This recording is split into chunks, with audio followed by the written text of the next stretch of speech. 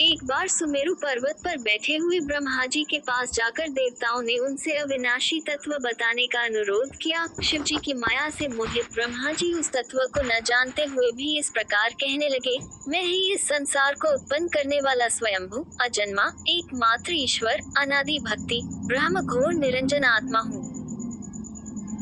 मैं ही प्रवृत्ति और निवृत्ति का मूलाधार, सर्वलीन पूर्ण ब्रह्म हूँ। ब्रह्मा जी ऐसा कि पर मुनि मंडली में विद्यमान विष्णु जी ने उन्हें समझाते हुए कहा कि मेरी आज्ञा से तो तुम सृष्टि के रचयिता बने हो, मेरा अनादर करके तुम अपने प्रभुत्व की बात कैसे कर रहे हो। इस प्रकार ब्रह्मा और विष्णु अपना अपना प्रभुत्व स्थापित करने लगे और अपने पक्ष के समर्थन में शास्त्र वाक्य उद्धृत करने लगे। अंततः वेदों से पूछने का निर्णय हुआ तो स्वरूप धारण करके आए चारों वेदों ने क्रमशः अपना मत इस प्रकार प्रकट किया। ऋग्वेद, जिसके भीतर समस्त भूत निहित है तथा जिससे सब कुछ प्रवत होता है और जिसे परमात्मा कहा जाता है, वह एक रुद्र रूपी है।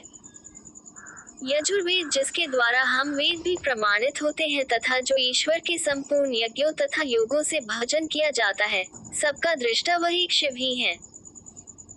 सामवेद, जो समस्त संसारी जनों को भरमाता है, जिसे योगी जन ढूंढते हैं और जिसकी भांति से सारा संसार प्रकाशित होता है, वे एक त्रयंबक शिव जी ही हैं। अथर्ववेद, जिसकी भक्ति से साक्षात्कार होता है और जो सब या सुख दुख अतीत अनादि ब्रह्म है, वे केवल एक शंकर जी ही हैं।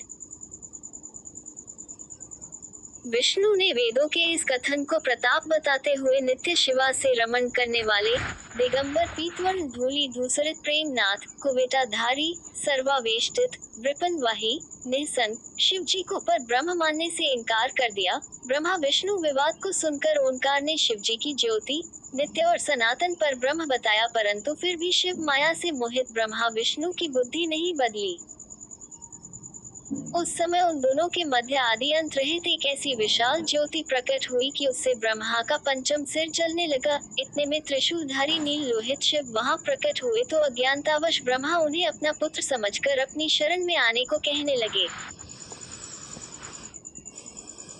ब्रह्मा की संपूर्ण बातें सुनकर शिवजी अत्यंत क्रोध हुए और उन्होंने तत्काल भैरव को प्रकट कर उससे ब्रह्मा पर शासन करने का आदेश दिया। आज्ञा का पालन करते हुए भैरव ने अपनी बाईं उंगली के नखाग्र से ब्रह्मा जी का पंचम सिर काट डाला। भयभीत ब्रह्मा शतरुद्री का पाठ करते हुए शिवजी के शरण हुए। ब्रह्मा और विष्णु दोनों को सत्य की प्रतीति हो गई और वे दोनों शिवजी की महिमा का गान करने लगे। ये देखकर शिवजी शांत हुए और उन दोनों को अभयदान दिया। इसके उपरांत शिवजी ने उसके भीषण होने के कारण भैरव और काल को भी भयभीत करने वाला होने के कारण काल भैरव तथा भक्तों के पापों को तत्काल नष्ट करने वाला होने के कारण पाप भक्षक नाम देकर उसे काशीपुरी का अधिपति बना दिया। फिर कहा कि भैरव, तुम इन ब्रह्मा विष्णु को मानते हुए ब्रह्मा के कपाल को धारण करके इसी के आश्रय से भिक्षावृत्ति करते हुए वाराणसी में चले जाओ। वहाँ उस नगरी के प्रभाव से तुम ब्रह्म हत्या के पाप से मुक्त हो जाओगे।